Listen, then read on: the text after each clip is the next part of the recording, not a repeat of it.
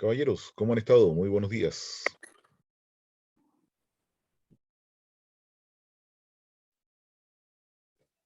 Hola, profe, bien, ¿y usted cómo está? Bueno, aquí estoy sobreviviendo a los duros embates de la vaguada costera. Hay neblina en casi todas las carreteras y se han producido accidentes por lo mismo. ¿Y ustedes cómo han estado?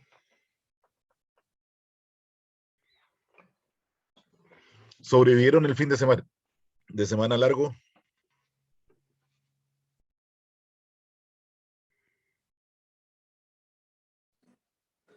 Sí, profe, sobrevivimos. Se logró. ¿Pero sobrevivieron ilesos o con heridas graves? No, ileso. Ya, bueno, eso es una buena señal que alienta la confianza en el futuro. ¿Y dónde está el resto de la gente? ¿Ya no son atractivas las clases?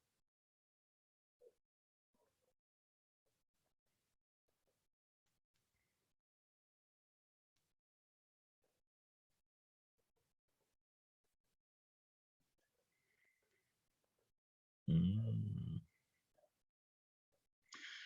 ¿Y usted, don Richard, cómo ha estado?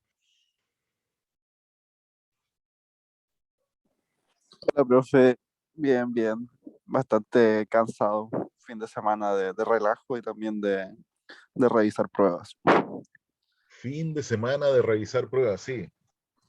A mí también me tocó y todavía no termino, así que espero terminar hoy día. Nosotros teníamos 300 que revisar. 300. Ah, Poquitos. no, es casi una tortura revisar 300 certámenes. Pero ya estamos terminando, así que ahora más tranquilo. Yo tengo, a ver, 40, 68, más 10, más unos informes. Tengo como 80 y tantas cosas que terminar de revisar todavía. ¿Cómo está, señorita Camila? Buen día, profe, bien. Con sueño porque me quedé viendo el debate anoche. Se quedó viendo el debate. ¿Y qué le pareció?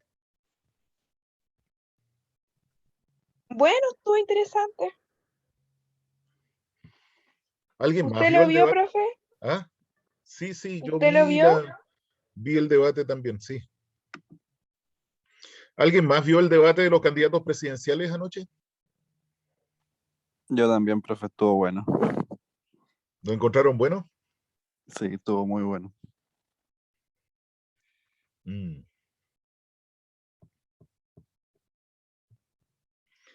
Lo que a mí siempre me preocupa de todo este mecanismo es que eché de menos propuestas, eché de menos una especie de sueño entusiasmante. O sea, no hay una capacidad de desarrollar una convocatoria al subconsciente, al imaginario, de decir, ya, para allá nos podemos ir. O sea, hay unas discusiones de repente eh, técnicas, digamos, y en otros casos más políticas, pero sobre detalles, cosas específicas, actitudes de las personas, algunas propuestas de las personas, sobre tópicos específicos, qué sé yo, pero un sueño así, una idea, fuerza que nos pueda generar un movernos en una determinada dirección, yo no la encuentro, no la veo así muy clara. Eso es la primera constatación, digamos, respecto del debate. Y la segunda es que con el predominio de la televisión en las discusiones públicas, se ha generado una manera de hacer todo como un espectáculo.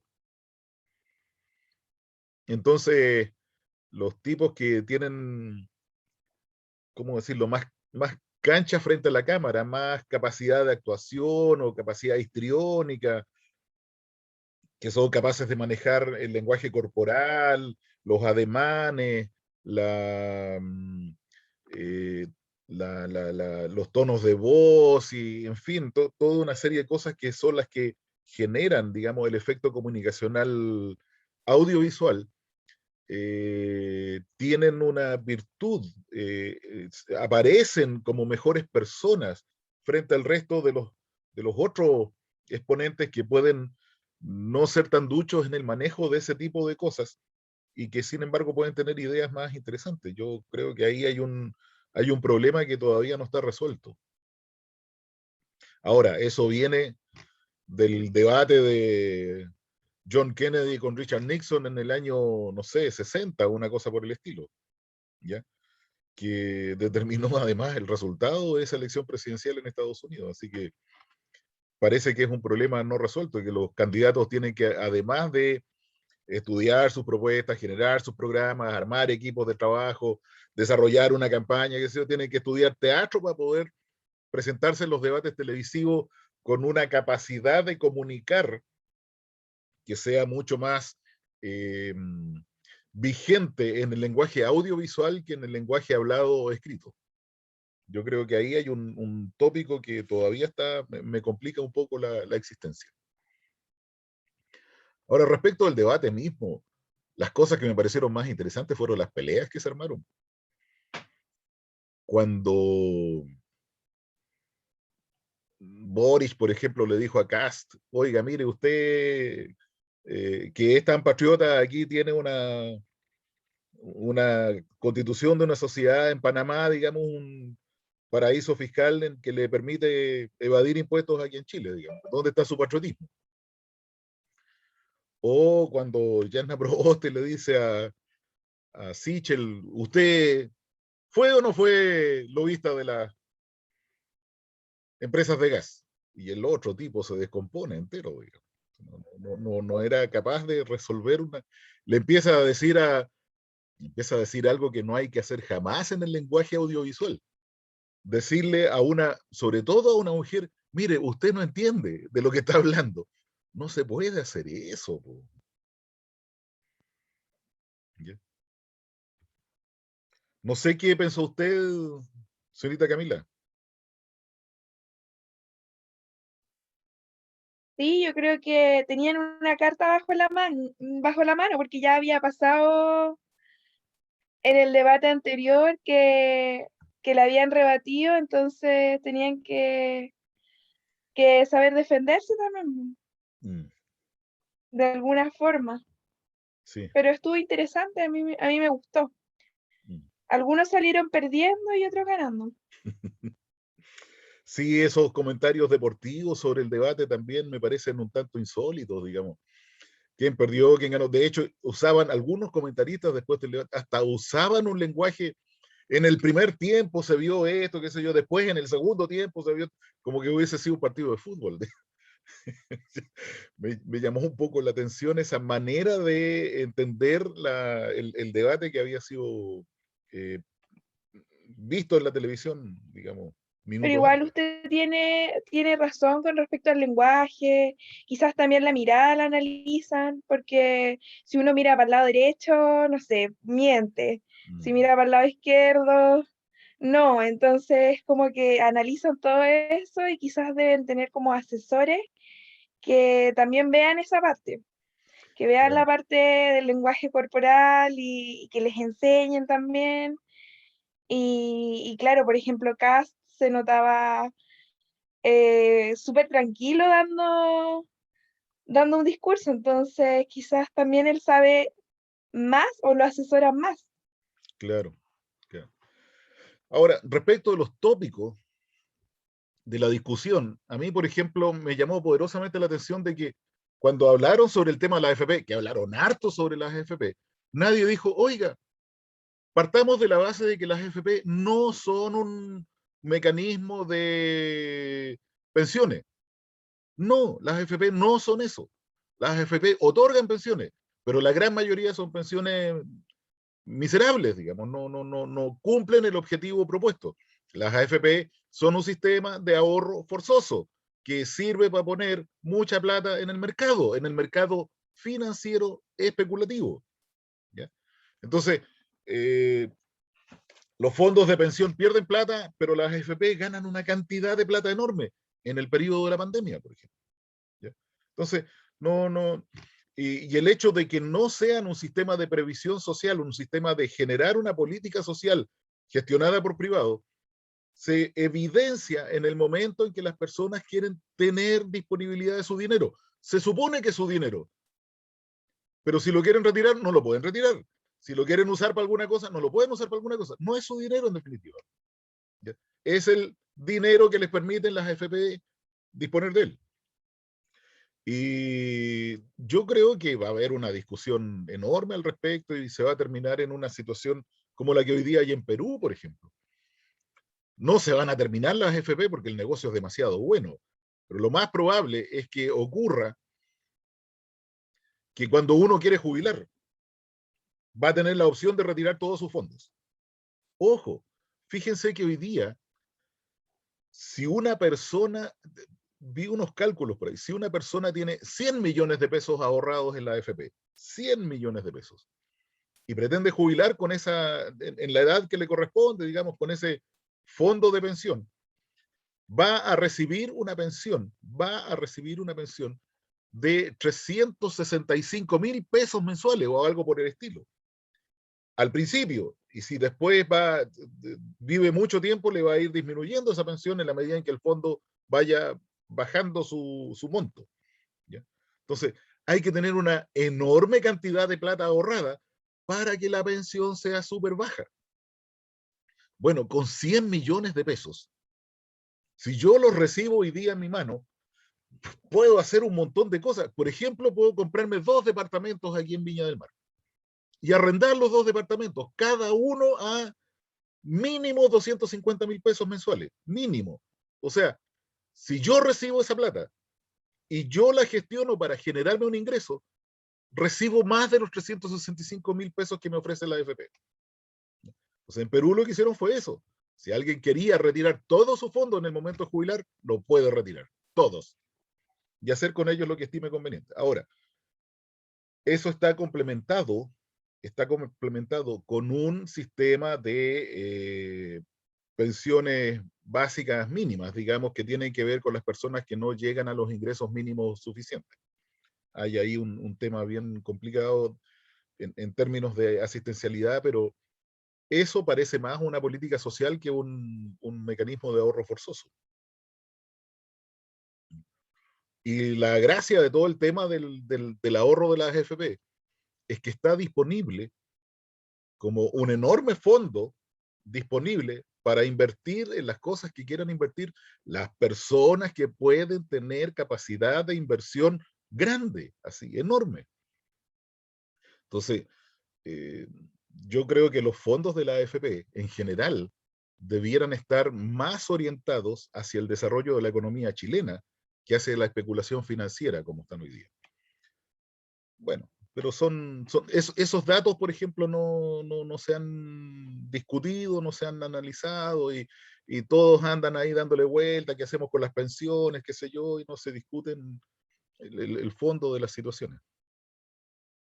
Por eso que les decía que no veo una idea fuerza convocante que tenga así como una capacidad de inspirar un cierto sentido de futuro. Me pareció que el debate careció de ese planteamiento así como de fondo, más global, más general. Y bueno, ya, basta de hablar de política porque me entusiasmo mucho de repente. Ya, chiquillos, miren, yo quería terminar de redondear el tema de los riesgos y les voy a plantear dos presentaciones. ¿Ya? Una que va a simplemente servir para redondear lo que vimos la semana pasada. ¿Ya? Ven ahí la pantalla, ¿no es cierto? Sí, profe. Sí, profe. Ya. Entonces, tenemos aquí una presentación que describe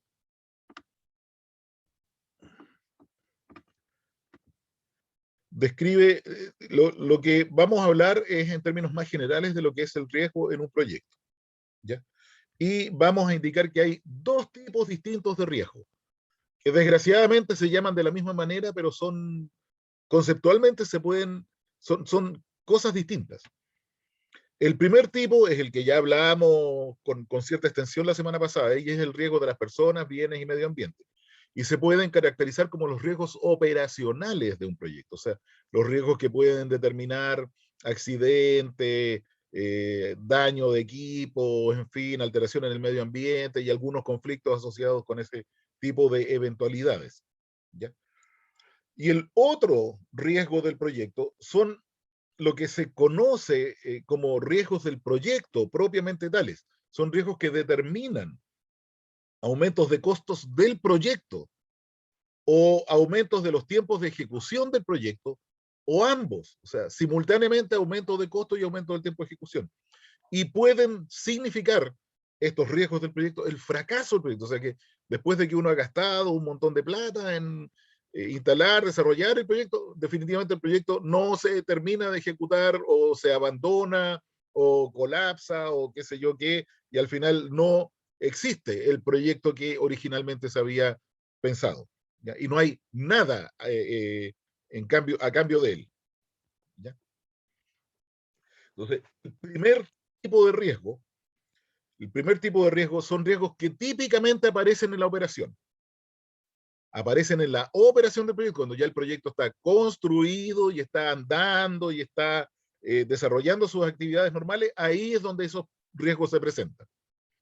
Sin embargo, hay mecanismos y metodologías de trabajo que permiten abordarlos durante el diseño para identificarlos y minimizarlos, ¿ya?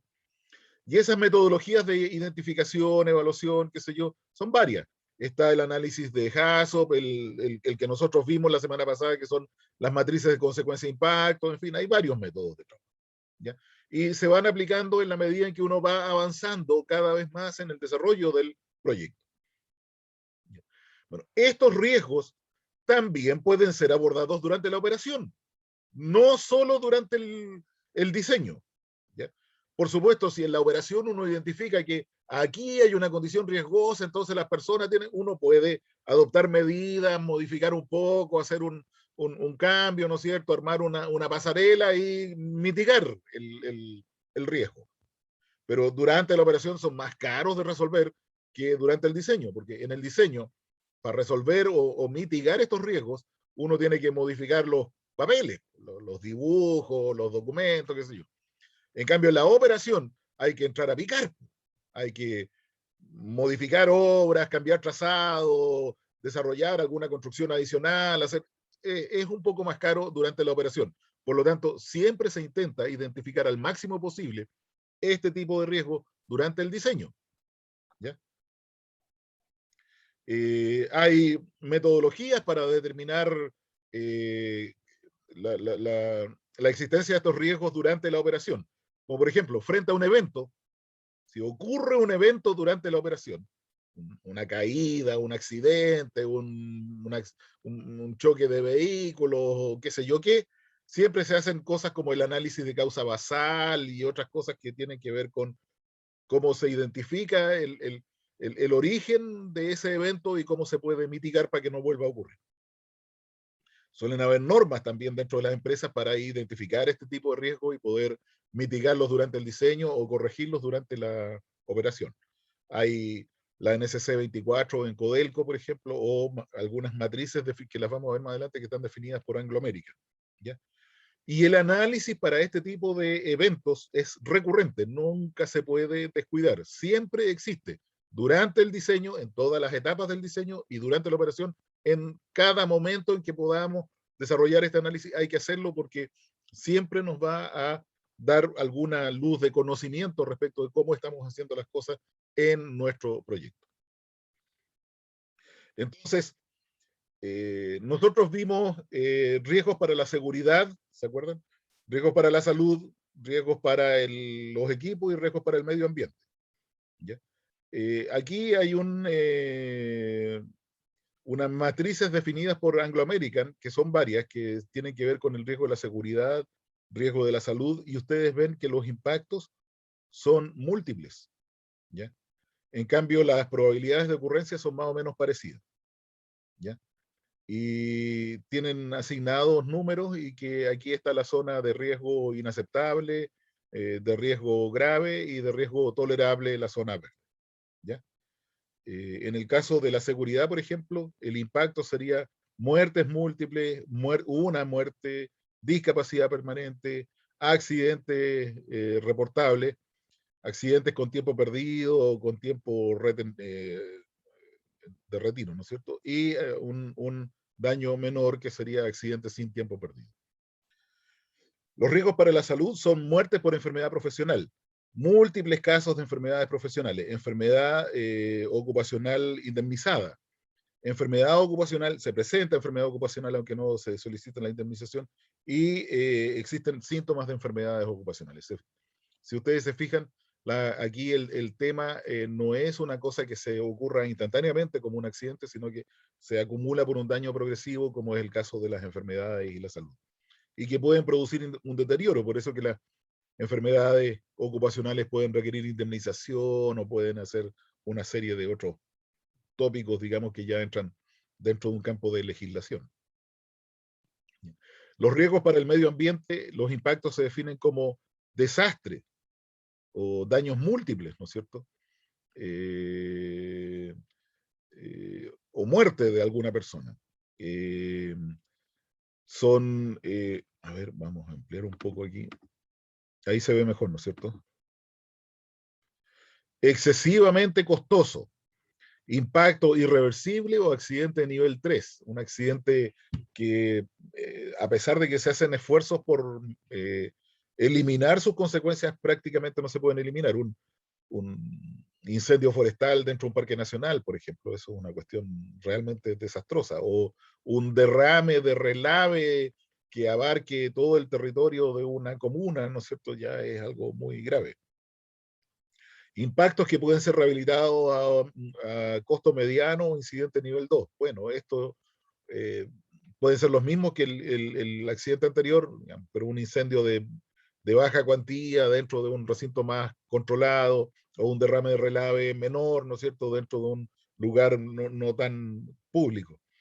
Y eventos reparables o incidentes nivel 1, reparables así, entre comillas, eventos que pueden ser mitigados y desaparecen completamente sus efectos, pero que igual generan un impacto en la opinión pública, ¿no es cierto? Y finalmente, impactos autorreversibles durante la vida útil del proyecto. O sea, son cosas que ocurren, pero que se pueden mitigar casi sin acción externa, sino que porque las personas que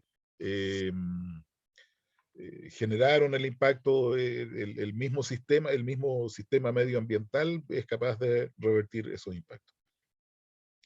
Y hay una cuarta matriz que es el impacto financiero. ¿Ya? Y aquí el impacto financiero es un problema que se define cuánta plata nos cuesta el accidente, digamos. Si vale 16 millones de dólares, entonces un accidente es un evento grave. Si vale 1,6 millones de dólares o más, bueno, es un evento serio. Si vale 160.000, si vale 16.000 o si vale 1.600 dólares, bueno, si vale 1.600 dólares es un accidente menor. ¿Ya? Y después tenemos impactos sobre la reputación o imagen de la empresa y impactos sociales. ¿Ya? Si la noticia, en el caso de la imagen o la reputación de la empresa, si el evento genera una noticia mundial, qué sé yo, el derrame de relave en la mina Samarco ahí en Brasil, bueno, entonces ahí la cuestión es un daño gigantesco, gravísimo. Si es noticia nacional, es un daño grave, pero no tan grave como el anterior. Si es noticia regional, o sea, si se sabe nada más que aquí en la zona de Rancagua, que hubo algún problema en la mina del Teniente, ya es un impacto un poco menor. Si son noticias locales, es un impacto serio, pero no depende un poco de la probabilidad de ocurrencia. Y si son rumores, o si nunca se verificó una información, entonces ya son, en términos reputacionales, un impacto leve. ¿Ya? Y también hay un impacto social, ¿ya? En el medio ambiente, digamos. Desastre o mitigación local, pérdida de medios de subsistencia de personas. Se contaminan aguas y no pueden seguir regando con esa agua. Eso es un impacto muy grave. Desplazamientos de largo plazo, reclamos de nivel 3, pérdida a largo plazo de medios de subsistencia, ¿no es cierto? Eso genera problemas. En el caso del río, del relave de derrames ahí en Samarco, en una mina de hierro en Brasil, quedó contaminado un río que se llama el río 12. Y el río 12 es un río largo, digamos, que llega hasta el océano Atlántico. Y a la orilla del río 12 habían varias comunidades de pescadores que vivían de la pesca que se desarrollaba en el río 12, que no se pudo seguir haciendo porque las aguas del río quedaron tan contaminadas que los peces desaparecieron, o si se lograba capturar algún pez, no se podía comer porque tenía niveles de contaminación que lo hacían prohibitivo para el consumo humano. Bueno, pérdidas de oportunidad, reclamos nivel 1, breve pérdida moderada de medios de subsistencia y molestia o reclamo ocasional. ¿Ya? Entonces esos son los impactos más menores. Y aquí tenemos un ejemplo de un evento, ¿ya? Que tiene que ver con riesgos medioambientales. Y riesgos para las personas y para los equipos también. Entonces, esta es una ficha que se llenó después de un evento. Alguien supo del incidente y tuvo que ir a investigar cómo era que había ocurrido, y este es el informe que él llenó. Descripción del incidente. ¿Ya? Durante el proceso de limpieza de la correa CB007, ahí se ve la correa CB007 que llega hasta ese edificio que está al fondo, que es el stockpile de mineral para entrar al molino. ¿Ya? La correa CB007, el operador MLP decide retirar protección corrugada. Estas láminas que se ven ahí dobladitas, digamos, son láminas que están protegiendo la correa para que el viento no levante material que va en la correa y lo tire hacia el medio ambiente. Si ustedes se fijan, aquí se ve un poco más, digamos, hay como toda una zona blanca, ¿no es cierto?, que está evidentemente llena de polvo que se ha levantado desde la correa, y para evitar eso es que se pone esta protección con estas láminas corrugadas. ¿Ya? Entonces decide retirar la protección corrugada para permitir el acceso y la limpieza en el sector de retorno de la correa, que es la parte que va por debajo de la correa. Y al tomar con la mano izquierda la estructura corrugada y al momento de acomodarla en el suelo, se le aprisiona el dedo índice de la mano izquierda, generando una herida cortante, así como más o menos se ve aquí. O sea, lo dejaron en el suelo y ahí se pasó a llevar con el borde de la plancha y se hizo una herida cortante en el dedo índice de la mano izquierda. ¿Ya? Entonces, ¿cuáles son las acciones de control que se ejecutaron? El operador da aviso al jefe de turno que una vez finalizado el turno, alrededor de las 10:45 horas, se traslada inmediatamente al Policlínico Hotel Mina, porque estas cuestiones están en una zona de alta cordillera. Una vez informado el jefe de turno, se revisa preliminarmente el terreno con conjunto en el jefe de turno cómo ocurrieron los hechos y se hace una recopilación de antecedentes para el inicio del proceso de investigación. Y aquí está, ¿no es cierto?, las fotos en este caso, y en algunos casos se acompañan esquemas que son dibujos, pero en este caso las fotos son bastante explícitas. O sea, había que retirar estas coberturas, la persona estaba manipulando las coberturas y se pasó a llevar con el borde de la plancha metálica el dedo y se generó un corte en el dedo índice de la mano izquierda. ¿Ya? Este se considera un incidente, un evento menor, digamos, un riesgo para la seguridad de las personas, pero no deja de investigarse y además de investigarse y hacer este informe, después se hacen recomendaciones para efectos de que se recomienda que las personas tengan qué sé yo, guantes especiales cuando hagan esta operación, o que no vaya solo, sino que vayan de a 2 personas como mínimo a hacer esta operación. Qué sé yo. Se toman medidas para evitar que este evento se vuelva a producir. ¿Ya? Entonces, esos son los riesgos que tienen que ver con las personas, los bienes, los equipos y con el medio ambiente. Y se analizan de esta manera, con esas matrices y qué sé yo. Y se hace todo este desarrollo de vigilancia permanente frente a la aparición de este tipo de eventos. ¿Ya? Los riesgos del proyecto. Los riesgos del proyecto son conceptualmente distintos porque solo pueden ser abordados durante el diseño. Si uno no aborda estas cosas y las resuelve en el diseño del proyecto, en la operación no se puede modificar. Ya estamos sonados y ahí no hay manera de hacerlo. ¿Ya? Y existen metodologías de identificación y evaluación de mitigación de riesgo, que son el análisis HAZOP, algunas matrices de consecuencia, qué sé yo. Y no pueden ser abordados durante la operación. Y el análisis es indispensable en el desarrollo del proyecto. O sea, cuando uno está elaborando los diseños, tiene que tener mucha atención con estos riesgos que son riesgos del proyecto. ¿Ya? Entonces, hay algunos ejemplos. Hay una memoria de ingeniero metalúrgico de un señor José Zapata, que es ingeniero de ejecución metalúrgico y está en la biblioteca USM y me parece que también está como archivo electrónico, digamos. Entonces ustedes podrían echarle una mirada porque él hace un análisis de riesgo de una faena de lixiviación minera in situ dentro de la mina El Teniente. Muy interesante el tópico y muy interesante cómo lo aborda. ¿Ya? Y el ejemplo 12 es evaluación y factibilidad de proyectos mineros, que es un texto de un señor Augusto Millán de la Universidad, de la editorial universitaria de 1996, ¿ya? En que describe algunos proyectos. Entonces está ahí en la descripción entre la página 140 y 141, que es un análisis de un proyecto minero que se intentó instalar, un proyecto de explotación de cobre que se intentó instalar en la zona de Magallanes, en una isla por ahí, entre los canales que están cerca del estrecho de Magallanes. ¿Ya? Los riesgos del proyecto, en general, del segundo ejemplo, de ese ejemplo de una faena minera que se intentó instalar ahí en el análisis, en la zona de los canales y unas islas cercanas al estrecho de Magallanes, los que se identificaron fueron primero riesgos de mercado.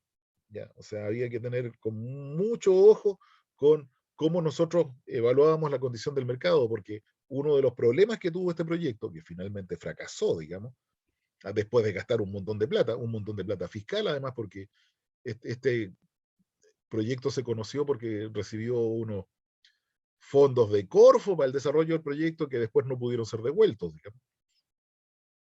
Entonces, los riesgos de mercado es que se desarrolló el proyecto justo en un momento en el que el precio del cobre empezó a disminuir, ¿ya? Y por lo tanto, faenas marginales de cobre o pequeñas faenas empezaban a tener muchos problemas. Segundo, riesgos del proyecto en sí, o sea, había en la concepción del proyecto un problema más o menos complicado. Y habían riesgos geológicos, digamos, para una faena minera, riesgos que el estudio geológico no había sido bien abordado. Entonces, esos riesgos determinan aumentos de costo, aumentos de tiempos de ejecución y finalmente fallas, o sea, fallas catastróficas del proyecto que no puede ser llevado adelante, ¿no? Se desarrollan inversiones, pero finalmente no se logra obtener ningún producto y ninguna utilidad. ¿Ya?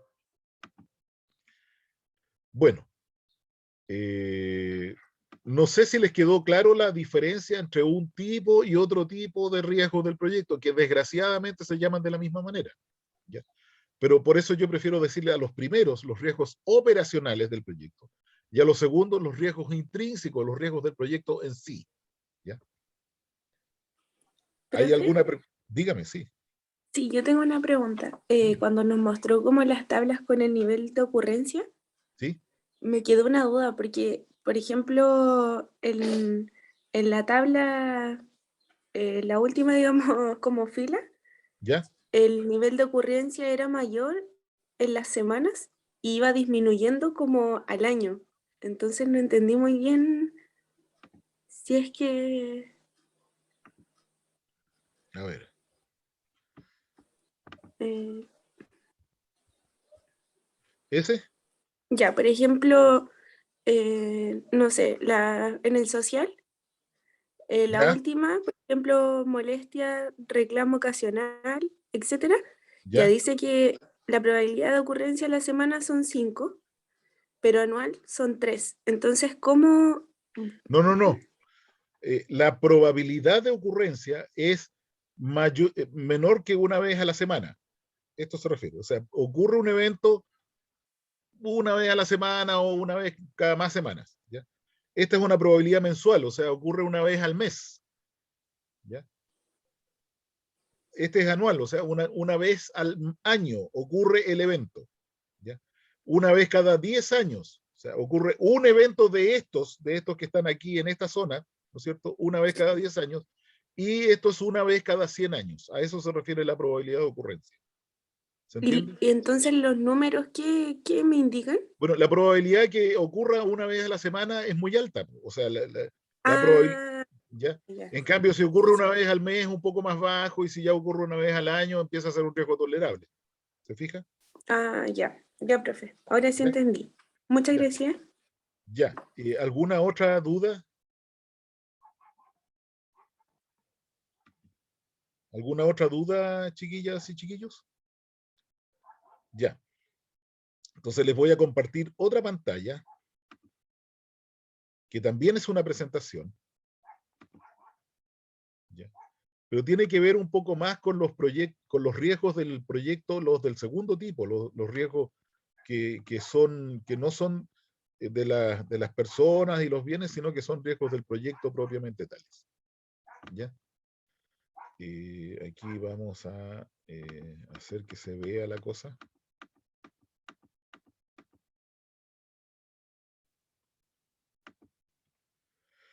Ya. Entonces yo le titulé a esta presentación, a ver, vamos a poner aquí y vamos a ponerla en modo presentación, ¿ya?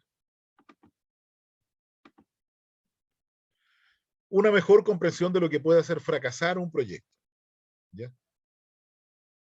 No de los problemas que pueden presentarse durante la operación, sino que derechamente lo que puede hacer fracasar un proyecto, ¿ya? Entonces, aquí hay dos referencias. Una es la guía de los fundamentos para la elección de proyectos, que esto se puede descargar de internet, ¿ya? Y es una publicación de una organización que se llama el Project Management Institute, y es la que yo tengo es del 2008. Y hay una publicación también descargada de internet que se llama Los 100 riesgos de la gestión de proyectos, que es del señor Luciano Moreira da Cruz. Ay, aquí dice publicación. En mayo del 2016. ¿Ya? Entonces, ¿a qué nos referimos con esto? Que son los riesgos del proyecto, los que pueden determinar el fracaso de un proyecto. Son características que pueden determinar fracaso en la ejecución del proyecto. O sea, que el proyecto, cuando uno está ejecutándolo, no pueda continuar y tenga que terminar. ¿Para qué vamos a hablar de casos conocidos, así ya evidentes noticias nacionales?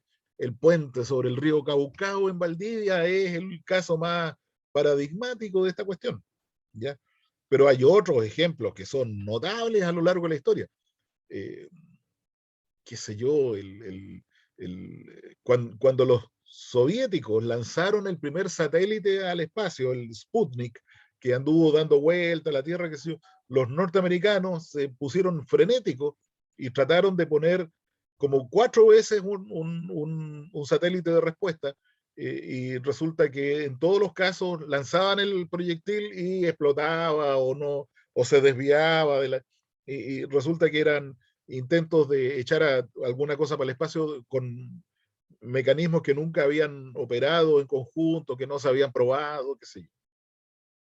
Y hay miles de otras cosas, pues en Minera Escondida, por ejemplo, alguna vez se intentó construir una planta en Coloso que se llama la planta de lixiviación Amonacal, que estuvo 2 años, se gastaron como 160 millones en la construcción, y estuvo 2 años en puesta en marcha y después la abandonaron y la desguazaron, nunca funcionó la. ¿Ya? Y así sucesivamente. Alguna vez yo hice una exposición al respecto de las que se llamaba las tragedias y las miserias de la ingeniería en Chile. ¿Ya? Bueno, o también pueden significar sobretiempos o sobrecostos. Y se requiere para que estos riesgos sean mitigados una gestión del control de riesgo que se realiza durante el diseño y solo durante el diseño. Porque si se nos pasan en el diseño estos riesgos y llegan a la etapa de la ejecución y la operación del proyecto, ya no es posible corregirlo. Ahí hay que operar con los problemas que se generan producto de estos riesgos. ¿Ya? Si es que se puede operar. Entonces, todo proyecto, lo primero que hay que saber es que cualquier proyecto tiene muchos riesgos. ¿Ya? Muchos riesgos. Y resulta que elaborar el proyecto es una manera de tratar de minimizar los riesgos y de entender en qué se está metiendo uno para poder hacer que esos riesgos sean controlables. ¿Ya? O sea, el elaborar el proyecto, hacer el documento, definir qué es lo que quiere hacer, de qué tamaño lo quiere hacer, cómo lo quiere hacer, dónde lo quiere hacer, y qué sé yo, todo eso es una manera de acotar el riesgo. ¿Ya? Entonces, la identificación de los riesgos tiende a ser, lo segundo que hay que entender es que cuando aparecen los riesgos, la identificación de esos riesgos tiende a generar reacciones emocionales, digamos. Entonces, al final uno empieza a pensar, o las personas que tienen a su cargo la ejecución de estos proyectos, empiezan a pensar quién es el culpable de esto, dónde está el responsable, que esta cuestión no sé. Y la verdad es que esa actitud no nos lleva para ninguna parte. ¿Ya? El problema es que hay que entender que algunos riesgos son más fácilmente visualizables, pueden ser más fácilmente identificables y pueden ser manejados a través de las metodologías habituales. Y hay otros que se nos pueden escapar. ¿Ya? Y cada vez que uno hace una lista, un registro minucioso de cuáles son los riesgos que nos han metido en muchos problemas en los proyectos, aparecen siempre los siguientes elementos. Falta de compromiso de los actores. O bien la dirección de la empresa no le importa mucho el proyecto. Entonces, deja que la cuestión se la encarga a alguien y lo deja ahí botado. ¿Ya? Y no se preocupa, el proyecto no toma resguardo, no toma decisiones que el proyecto requiere que se tomen, en fin. Falta de compromiso. O falta de compromiso de los actores que están ejecutando el proyecto. Ellos pueden haberse sentido degradados porque los sacaron de otra cosa y los metieron en un equipo de proyectos y en ese equipo de proyectos están como en la huesera, digamos, en algo que es de mucha menos importancia de lo que estaban haciendo antes. ¿Ya? Entonces, el compromiso que tienen los actores, si no están entusiasmados, si no quieren fervientemente que el proyecto funcione, lo más probable es que algunos problemas aparezcan. La mala toma de requerimiento. El requerimiento es la definición básica. ¿Qué es lo que queremos hacer con este proyecto? ¿A qué problema vamos a responder? ¿Qué cosa es la que queremos resolver? El enfoque básico del proyecto es el requerimiento inicial. Muchas veces ese requerimiento lo propone alguien, qué sé yo, un cliente, por ejemplo, o alguien así, ¿no? Dice, no, nosotros necesitamos una cosa que sea distinta, y explican sus necesidades, su problema. Y nosotros, que somos los técnicos en el punto, somos los que tenemos que traducir ese requerimiento a un lenguaje técnico, a un lenguaje que permita abordar la solución de ese requerimiento. Generar un diseño, hacer algo para que ese requerimiento sea satisfecho. Entonces, por ejemplo, qué sé yo, que el olor que se genera alrededor de la planta de tratamiento de aguas servidas aquí en Placilla es fatal para la gente que vive por ahí cerca, no le produce dolor de estómago, en fin. Ya, bueno, el olor es el problema, pero el olor que sale de las piscinas, el olor que sale de los equipos de filtrado, el olor de todos, es el olor todo el día o en algunos momentos en que se concentra esa cuestión. Todas esas cosas son preguntas técnicas que somos nosotros No las personas que sienten el mal olor, porque ellos nos dicen, este olor es inaceptable. Somos nosotros los que tenemos que decidir. Es el olor de toda la planta, de algún equipo de la planta, de todo el momento, algunas épocas del día cuando se concentra más, o cuando el viento está dando vuelta para allá y no para el otro lado, qué sé yo qué, y que lo tenemos que encapsular, tenemos que, no sé qué, en fin, ahí tenemos que empezar a ver qué es lo que tenemos que hacer para resolver eso. ¿Ya? Otro tema que aparece normalmente son los requisitos cambiantes. Requisitos cambiantes. Ojo, esto significa que tenemos que construir una embarcación. ¿Ya? Y la embarcación tiene que soportar, no sé, 100 personas a bordo, 36 tripulantes y 70 pasajeros o algo por el estilo, ¿ya? Y tiene que transportar carga y pasajeros y tiene que ser capaz de hacer la travesía sin reabastecimiento de ida y vuelta hasta la isla de Pascua. ¿Ya? Ese puede ser un requerimiento. Y de repente a alguien se le ocurre, oye, pero a la isla de Pascua tenemos que llevar vehículos. Entonces, bueno, cuando el proyecto ya está en estudio, qué sé yo, entonces hay que agregarle el requerimiento de que a la isla, la embarcación tiene que ser capaz de transportar vehículos. Y después otro tipo dice, chuta, ¿no? Si a la isla de Pascua además hay que, no sé, atracar en un muelle pequeño. Entonces se le agrega el requerimiento de que tiene que transportar 100 personas, tiene que transportar carga, tiene que transportar vehículos y además tiene que ser de bajo calado porque si no, no se puede atracar al muelle pequeño que existe en la isla Pascua. No hay un puerto realmente. ¿Ya? Y así se van cambiando los requerimientos en la medida que el proyecto va avanzando. Eso genera fracasos seguros. Fracasos seguros. ¿Ya? Entonces uno tiene que definir los requerimientos. Ya, esto es lo que vamos a tratar de abordar. Este es el requerimiento que vamos a abordar y lo vamos a abordar de esta manera que sí. ¿Está claro? Sí, está claro. ¿Están de acuerdo ustedes que este es el requerimiento? Sí, estamos de acuerdo. ¿Están ustedes de acuerdo que este es el requerimiento? Sí, estamos de acuerdo. Ya, listo, perfecto. De aquí para adelante no vamos a cambiar los requerimientos. No le vamos a agregar ninguna cosa, ni le vamos a quitar ninguna cosa, porque esto es lo que vamos a abordar como problema. Si ustedes cambian eso, nos cambian el proyecto y hay que empezar de nuevo. Yo conozco plantas procesadora, que de repente le dijeron, pero aquí se puede sacar un subproducto, entonces generen una unidad para el subproducto. Entonces ahí el requerimiento del proyecto era procesar esta cosa primero y después resulta que había que procesar esa y además extraer este segundo subproducto. Y qué sé yo, y ahí empiezan a cambiar las cosas y se arma un berenjenal que no sirve para mucho, digamos. Bueno, y finalmente, los últimos dos elementos de los riesgos del proyecto tienen que ver con los equipos y la acción de los equipos. ¿Ya? Los gerentes ineficientes, o sea, gerentes que tienen que tomar decisiones, plantear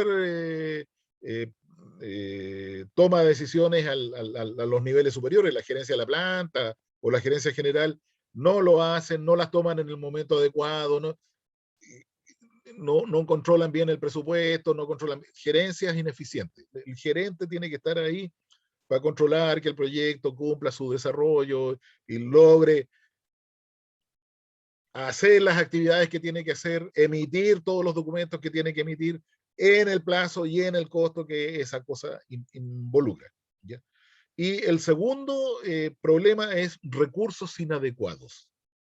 Recursos inadecuados. O sea, puede que la gente sea muy buena, que esté muy comprometida, que esté súper entusiasmada, que el gerente sea muy bueno, qué sé yo, pero que necesitaban una cierta cantidad de dinero para hacer las pruebas, para visitar el terreno, para contratar algún asesor, para hacer una serie de otras cosas que los consideraban indispensables y no les otorgaron esos recursos. Y por lo tanto el proyecto salió con información que en vez de basarse en pruebas, se basaba en datos de otras unidades parecidas o suposiciones y qué sé yo. No había los recursos eran inadecuados. ¿Ya? Entonces, cuando nosotros empezamos a buscar los culpables y nos damos cuenta de que estamos cayendo en alguna de estas acciones frente a la elaboración del diseño del proyecto, lo que estamos yendo es en un camino seguro a lograr que el proyecto no funcione, que fracase. Entonces, la gestión de riesgos del proyecto busca identificar tempranamente en el diseño los aspectos críticos y tomar medidas para que puedan ser superados durante el diseño del proyecto o la construcción del proyecto. En fin. La gestión del proyecto entonces se basa en la identificación de los riesgos en el proyecto y planificar cómo gestionarlo a través del proyecto. Se busca maximizar las posibilidades de ejecutar exitosamente el proyecto, identificando y manejando estos riesgos. Bueno, aquí hay un listado realmente grande, ¿eh? Son 100 distintas cosas que pueden ocurrir que significan riesgos del proyecto. Pero este listado de 100 eventos que pueden comprometer la realización del proyecto se refieren a 100 eventos que pueden ocurrir, pero de un proyecto de creación de software. ¿Ya? Entonces, hay que mirarlo con eso. Yo los puse aquí en la presentación porque me parece que son significativos, son interesantes, pero hay que tener en mente que esto fue elaborado para los proyectos de ingeniería informática, los que generan software o sistemas informáticos, ¿ya? Y no necesariamente son para proyectos industriales, no siempre aplican a los proyectos industriales las mismas cosas que aplican a los proyectos de ingeniería informática. Pero en general me parece que el listado es bastante bueno. Entonces, aquí hay áreas. Digamos. La primera área, apoyo ejecutivo. ¿Cuáles son los riesgos? Los directivos no apoyan el proyecto. Entonces, el equipo de proyecto no tiene la autoridad para lograr los objetivos y en tales casos el apoyo ejecutivo es fundamental. No se produce el apoyo ejecutivo y el proyecto fracasa. Los ejecutivos pierden interés y empiezan a ignorar las comunicaciones, las reuniones, qué sé yo, el proyecto queda votado. Queda votado por parte de la organización que lo ordenó. Conflictos entre actores del proyecto que perturban a los miembros de la junta directiva y hay un desacuerdo sobre los problemas de los proyectos a un nivel ejecutivo. Yo no sé si ustedes han oído hablar de las últimas noticias respecto de la famosa historia del proyecto Dominga. ¿Saben de lo que estoy hablando, no es cierto? El proyecto Dominga, este proyecto ahí en la zona de Punta de Choros, que es una mina de hierro con una planta concentradora para concentrar óxido de hierro y después embarcarlo en un puerto que va a estar por ahí cerca de la isla Humboldt, Dama y isla, no me acuerdo cuál, son 3. Y que es un área restringida porque ahí está el pingüino de Humboldt y hay un sitio de anidación de ballenas y es un medio ambiente, en fin. Bueno, resulta que un proyecto del gobierno anterior, el de Michelle Bachelet, 2, definió crear en esa zona un área natural protegida, porque tenía una riqueza de biodiversidad marítima, porque tenía la reserva de pingüinos de Humboldt, porque era zona de crianza de crías de ballena, porque, en fin, tenía varias características que la hacían recomendable protegerla. Y resulta que no, incluso se llegó a definir que se creaba esa área, pero hubo un desacuerdo entre el ministro de Economía y el ministro de Medio Ambiente de la época respecto de los límites, de hasta dónde tenía que llegar el área protegida y hasta dónde podía no llegar. Y resulta que nunca se dictó el decreto de protección del área natural protegida de ahí de la Reserva Pingüino de Humboldt. Y hoy día está el proyecto Dominga tratando de instalarse ahí y recibe algunas aprobaciones entre gallo y medianoche. Y todo. Si se hubiese adoptado esa decisión en su momento, el tema podría haber sido zanjado mucho antes, digamos. Entonces, aquí hubo un claro caso de conflicto entre actores del proyecto. ¿Ya? O un ejecutivo clave abandona la empresa. Y esta desvinculación se convierte en un gran problema para el proyecto. En Chuquicamata hace un tiempo atrás se desmoronó, se cayó, se colapsó la techumbre de un túnel que por el interior del túnel iba la correa que transportaba el material desde el chancador primario hasta el stockpile para entrar al molino Sac. ¿Ya? la correa iba, el chancador estaba puesto en el sector de la mina. Entonces los camiones mineros tenían que recorrer un camino muy corto para llegar al chancador, verter todo en el chancador, y el chancador, la descarga, se iba por una correa que pasaba por un túnel hasta llegar al stockpile para alimentar el molino saco. Ese túnel se cayó, se desmoronó. Entonces, cuando empezaron a hacer las investigaciones, se dieron cuenta de que primero había habido un director del proyecto que había hecho el proyecto en nivel conceptual. Después ese caballero lo contrataron en una empresa minera privada, le ofrecieron 3 veces más el sueldo y se fue. Entonces, el que se hizo cargo avanzó con el proyecto hasta la etapa de ingeniería FEL 3, digamos, ingeniería básica, y de nuevo le ofrecieron pega en otra empresa minera y se fue, y llegó un tercer jefe de proyecto que no sabía muy bien cuáles eran las razones por las cuales se habían tomado las decisiones en los otros proyectos, y tenía que agarrar el proyecto y echarlo, seguirlo funcionando para que se cumplieran el objetivo de construir el túnel en los plazos y en el costo requerido. Bueno, cuando la persona que tiene que tomar las decisiones clave es tan cambiante, se va de nuevo, qué sé yo, y la cambian 2 o 3 veces, lo más probable es que la última persona que se hace cargo no sabe bien cuáles son las razones y por qué, y cuáles eran los riesgos que se asumieron en las etapas anteriores del proyecto. Entonces, el proyecto ya construido, estaba funcionando, estaba operativo, llevaba como 1 año y medio funcionando, y de repente, ¡pum!, se desmoronó. Y se descubrió que habían unos reforzamientos del techo que los habían eliminado por razones de, no sé, sobrecosto, y que por lo tanto esa era la cuestión que determinó que el techo se desmoronara. Pero aquí lo clave fue que el ejecutivo, el jefe del proyecto, fue cambiado 3 veces. Entonces, el que tomaba las decisiones, al final no sabía muy bien qué era lo que se había decidido al comienzo. Bueno, lo segundo es problemas con el alcance. El alcance es desde dónde empezamos hasta dónde terminamos, y aquí qué es lo que vamos a hacer. ¿Ya? Ese es el alcance, o scope en inglés. No está bien definido, los cambios no son controlados, a veces se cambia el alcance, ¿no es cierto? Queremos que el proyecto incluya esto y también esto otro, a veces se cambia. ¿Ya? Pero lo ideal es que se congele bien al comienzo del proyecto. ¿Ya? Estimaciones inexactas, y puede afectar drásticamente la programación, o faltan actividades necesarias a la definición del alcance. ¿Ya? Hay varios problemas que pueden afectar a la definición del alcance del proyecto. La gestión de costos. Bueno, estimación y pronóstico de los costos del proyecto, no los costos de la inversión final. Los costos del proyecto son inexactos, y los costos de la inversión final también pueden ser inexactos. Variación en el tipo de cambio pueden tener un impacto importante, y aquí hay cosas que simplemente no podemos controlar y que tenemos que considerar como datos. ¿Ya? Variación en el tipo de cambio, por ejemplo. Hace 3 años atrás habríamos estimado el costo del dólar a 700 pesos alegremente. Hoy día ya está como en 820 el dólar, ¿no? Entonces ahí hay un cambio importante. Gestiones de cambio. ¿Ya? Cuando uno empieza a subcontratar determinadas partes del proyecto, los ensayos, esto, lo otro, el diseño de esta cuestión, el diseño de esta otra cosa, y yo soy el equipo a cargo del proyecto, pero tengo varias empresas subcontratistas que me están haciendo distintas cosas. De repente hay alguno que solicita una gestión, un cambio. Oiga, a mí me parece que sería mejor hacerlo de esta manera, oiga, de esta otra manera, o esto, lo otro, y hay que gestionar esos cambios. ¿Ya? Pueden ser origen de conflictos muy graves, y debido a un gran número de solicitudes de cambio,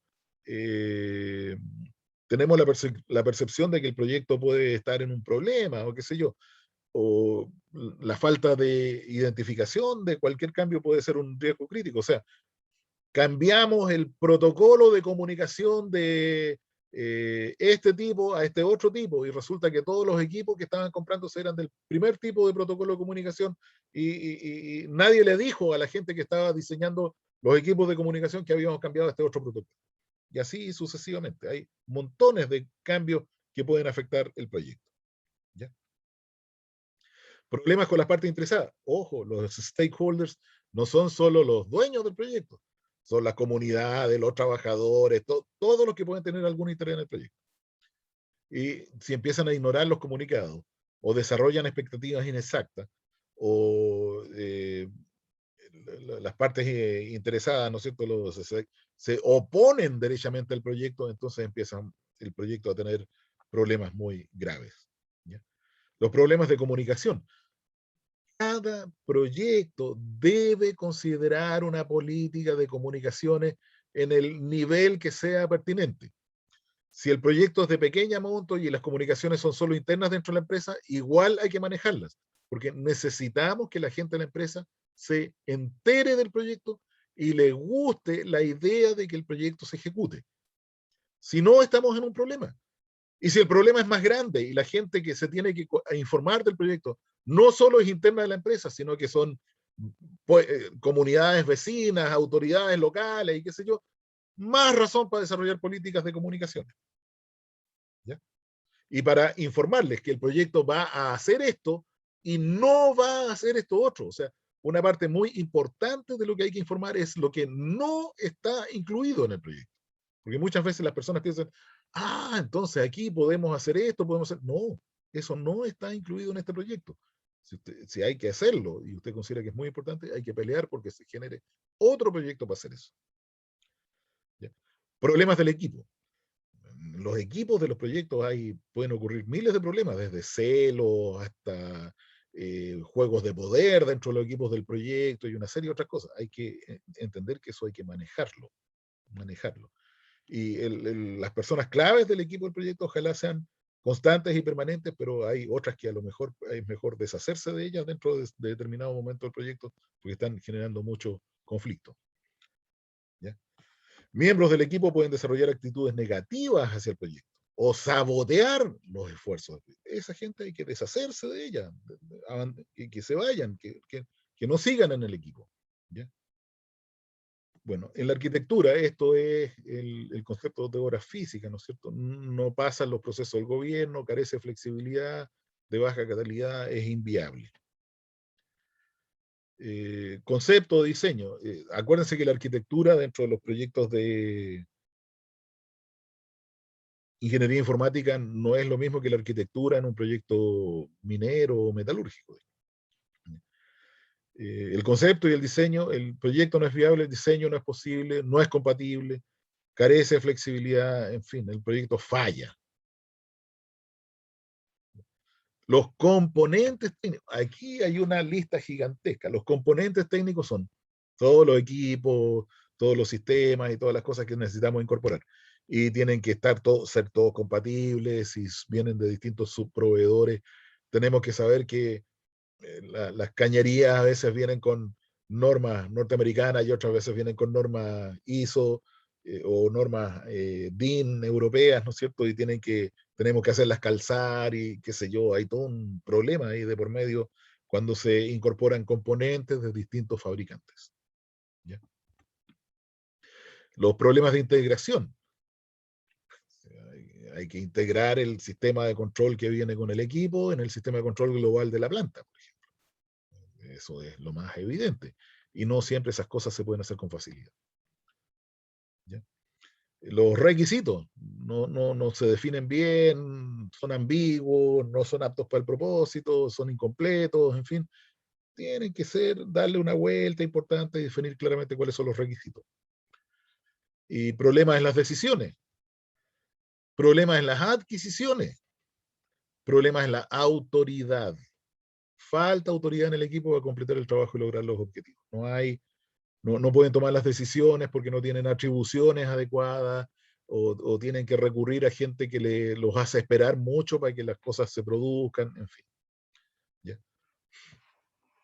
Entonces, aquí tenemos el proyecto. ¿Ya? Y para ejecutar el proyecto hay que hacer todas estas cosas que están aquí alrededor. Por ejemplo, cambio de los costos, gestión del tiempo, gestión del alcance, gestión de la calidad del proyecto, gestión de la adquisición, gestión de etcétera, etcétera, etcétera. Y aquí hay que hacer una gestión de los riesgos. ¿Ya? En la gestión del proyecto, uno de los aspectos, cuando se está elaborando el proyecto, cuando uno está a nivel del papel, no a nivel de la retroexcavadora, ¿ya? Aquí hay que hacer una gestión de riesgos, ¿ya? Y esta parte de la gestión de riesgos está aquí ampliada. Esta gestión de riesgos significa al menos se debe identificar, realizar un análisis cualitativo de los riesgos y planificar la gestión de riesgos durante el resto del proyecto, en las etapas tempranas. ¿Ya? Entonces, se debe identificar los riesgos, planificar, bueno, realizar un análisis cualitativo de los riesgos identificados y planificar la gestión de los riesgos durante el resto del proyecto, la gestión de los riesgos. ¿Ya? Además, en etapas más avanzadas hay que hacer un análisis cuantitativo de los riesgos, cuando eso ya se puede hacer, y planificar las respuestas a los riesgos identificados a partir de todo este procesamiento que se ha ido haciendo de los riesgos durante el desarrollo del proyecto. Ya, chiquillos, ¿les quedó más claro el tema de los riesgos, no es cierto? Sí, profe. ¿Ya? Entonces, ¿quedó claro cuál es la diferencia entre riesgos operacionales y riesgos para el resultado del proyecto? Eso me interesaba que quedara muy claro. ¿Ya? Bien, quedamos entonces hasta aquí. Ya estoy un poco pasado. Profe, yo tengo una duda antes de que termine, por favor. Dígame. Con respecto a la entrega del informe, la parte de evaluación de riesgo, estos operacionales, de los que estuvimos hablando hoy día, ¿qué Sí. tan extenso tiene que ser o qué tan elaborado, como ha mostrado usted? No, lo que ustedes tienen que hacer en eso es indicar cuáles son los riesgos que se pueden identificar ahora. ¿Ya? En esta etapa del Identificar los proyecto. riesgos. ¿Ya? Ok. Identificar esos riesgos. Nombrarlos. Se puede identificar el riesgo de que hayan explosiones, por ejemplo. ¿Por qué? Porque, bueno, tenemos que almacenar combustible. Entonces ahí puede haber un riesgo de explosión y hay que diseñar el almacenamiento del combustible para que la cuestión no explote. ¿Ya? Eso lo podemos decir ahora, porque sabemos que necesitamos almacenar combustible. ¿Ya? Pero puede haber otros riesgos que van a ir apareciendo en etapas posteriores del proyecto. Entonces, en cada etapa se hace un análisis de riesgo. Y los nuevos riesgos que se identifican, hay que manejarlos y qué sé yo. ¿Ya? Pero hoy día hay que hacer la identificación de riesgos que tenemos alguna información para identificarlo ahora. ¿Ya? Ya, profe, ahí me quedó mucho más claro. Ya, Gracias. listo. ¿Alguna otra pregunta? Sí, profesor. Dígame. Yo creo que todo hay que hacer un balance de masas y tiene que ser definitivo. Lo que pasa es que el balance de masas es algo que hay que hacer antes de dimensionar los equipos. ¿Ya? Porque yo para dimensionar el tamaño del molino, por ejemplo, necesito saber que al molino le va a entrar tanta cantidad de material y esa cantidad de material tiene tales tamaños, ¿no es cierto? Tal distribución de tamaño. Y yo necesito que del molino salga con esta otra distribución de tamaño. Y si yo no he hecho el balance masa, yo no sé eso. ¿Ya? Entonces, a lo mejor, para manejar ese flujo de material, no voy a necesitar un molino, sino que 2 molinos. Entonces, esas decisiones las empiezo a tomar cuando ya hago el balance de masa. ¿Ya? ¿Se entiende? Sí, no es que preguntaba por si tenemos algún error, si después se puede corregir o no. Ah, por supuesto que hay que corregir el balance de masa con posterioridad. ¿Ya? Uno hace la primera versión del balance de masa hoy día. ¿Ya? Lo otro es que te quiero preguntar si las alternativas técnicas, que es lo que hay que hacer, es lo mismo que la análisis alternativa, ¿no? Sí, sí, en general sí. O sea, yo quiero producir vino. Entonces, para producir vino voy a usar este método de manejo de las uvas o este otro método de manejo de la uva. Entonces, este requiere tales tipos de equipo y tales cosas, y este otro requiere tales otros tipos de equipo y tales otras cosas. Esas son las dos alternativas técnicas. Entonces, yo tengo que hacer un análisis, normalmente es cualitativo. Este tiene equipos disponibles en Chile, tiene representantes o tiene técnicos que me reparan las cosas si se me echan a perder, tiene repuestos que yo puedo comprar aquí en Chile, que esta otra cosa puede que sea mejor desde el punto de vista cualitativo y que produzca mejor resultado, pero los equipos vienen de Alemania y si a mí se me echa a perder algo, tengo que mandarlo a Alemania para que me lo devuelvan reparado. Entonces, no, yo prefiero esta otra cosa, la alternativa chilena, y le voy a poner unos filtros entre medio para que la cosa se haga más limpiecita. ¿Ya? Okay. ¿Es necesario hacer como un árbol de objetivo y cosas así, o no? ¿O es más O cualitativo sea, nomás? si quieren hacerlo y tienen antecedentes como para hacerlo, es mucho mejor, ¿ya? Ya. Pero normalmente en estas etapas del proyecto, uno suele hacer un análisis cualitativo, aunque si puede hacer un análisis de árbol de razonamiento, ¿no es cierto?, para poder descartar algunas cosas sería mucho mejor. ¿Ya? Y de último, el modelo de negocio que aplicamos al de Canva, ¿cierto? Y hay que, Claro, el modelo de como- negocio del Canvas. Sí. Ah, ya. Ojo, identificando en el Canvas algunas cosas que discutimos, digamos. Si hay, ustedes están desarrollando un proyecto para hacer un producto masivo, digamos, no sé, quieren fabricar, no sé, prills de yodo que se venden, ¿no?, para la agricultura. Entonces, bueno, si el producto es masivo, el Canvas les tiene que haber dicho, bueno, cuánta gente vende prills de yodo, de qué calidad son, cuánto del mercado ustedes quieren copar con los prills de yodo que ustedes van a fabricar, y así sucesivamente. ¿Ya?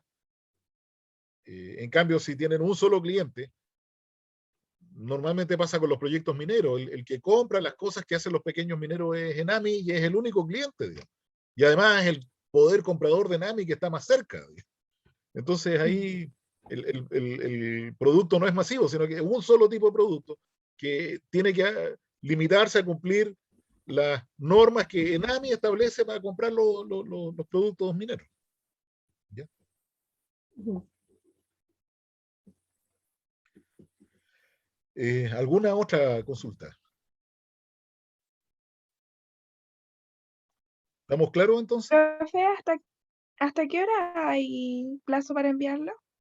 El viernes en la noche, ¿no? Hasta las 23 horas 59 minutos. Ah, ya, profe, gracias. Ya, listo. Chao, chao, entonces nos vemos cuando nos toca vernos el viernes de nuevo, claro. ¿Ya? Chao, profe. Chao, chao. Chao, profe. Gracias.